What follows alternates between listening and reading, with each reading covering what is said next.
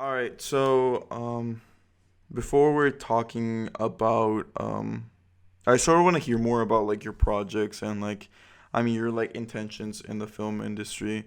Sort of I know you have like a lot of an appreciation for sort of like very niche and obscure directors like making stuff like that like and that you want to do like DP work and be a cinematographer like what are sort of like the things that you're trying to get into right now? Mhm. Well, lately I've just been doing a lot of photography just because of COVID right now, and I just have a lot of friends that are musicians, and that's just something they need. And definitely music videos is something that I'll always be working on. But for the future, I plan on. I mean, I don't know. I do definitely want to get into cinematography, and I enjoy like the technical side of things, and like the aspects of the camera and such. But I feel like a big thing for me that like something that like I watched and I was like, oh, this is something that I would maybe want to do is I got into like watching like nature documentaries and stuff like that. And if you've seen things like Planet Earth, I feel like the most interesting I feel like we've episodes definitely from those talked are about Planet Earth a lot. yeah, we've probably had a we've probably had a conversation about it, but definitely the most interesting episodes of those to me are the behind the scenes episodes, where you get to see the people recording and stuff like that, and that definitely sounds is something that intrigues me and something that I want to get into, and it's I've been trying to get into nature photography a lot lately, so I can like try to see what I can do to get into that industry. But that stuff just like fascinates me, and it's interesting to see how like technology is created like just for those shows. Like if you look at stuff Yeah, like definitely. I forget what the camera is called, the one that's like they put on the helicopter that they can like spin around, with a remote. Oh, I know it's like a rotoscope something. Yeah, I know what you're talking about. That they like built the a whole thing mounts. for it. No, yeah, the mounts they've created for that camera are insane. Like they made one that I forget what they called it, but it was like built to be mounted onto an elephant, so they can get close to like a tiger because they're tigers are super hard to get shots of. But it's like, they'll spend like months to get like one shot. Or, I was talking to like a nature photographer, and she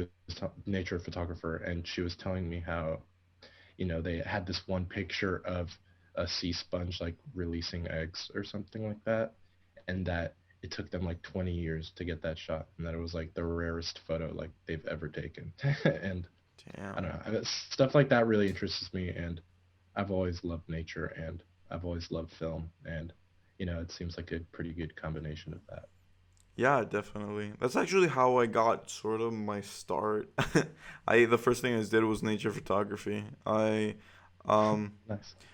I really do have an appreciation for it and like for like being able to capture like being able to like just capture um I don't know, like very like niche things and like also like I feel like when you're watching all these like nature documentaries, you don't think a lot about it, but like the amount of equipment that these people need to haul, like Yeah, the that's true.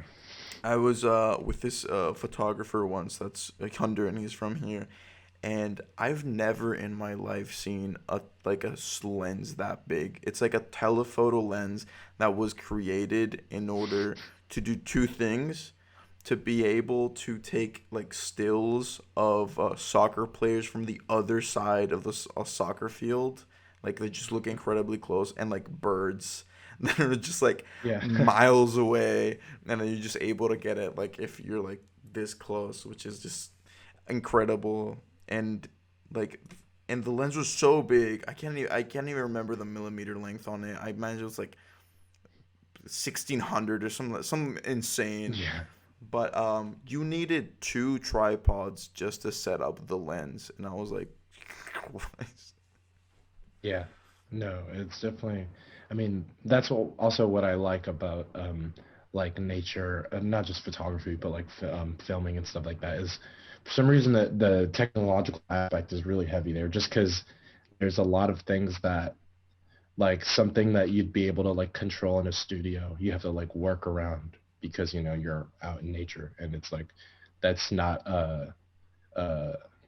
like a setting that you can control. It's not a yeah, exactly. But yeah, I mean, that stuff interests me. I definitely do have an appreciation to. I used to do like when I used to do it. There's it's just so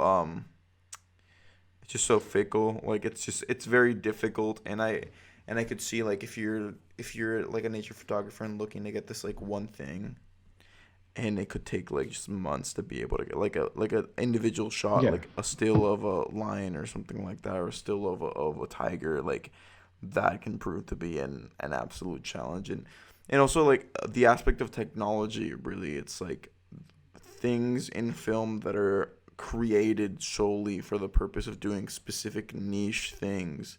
It's like jib arms and stuff like that, just to create like pan shots, or like gimbals in order to give like a more of a fluid effect on the camera, but Hmm. still be able to manipulate it fully. It's like it's kind of insane when you start like adding all these things up, and it's like there's a lot of tools already out there for film, and then Yeah. it's like, but people are still like are like hardcore directors that have like a background, or like have sort of had a background in engineering.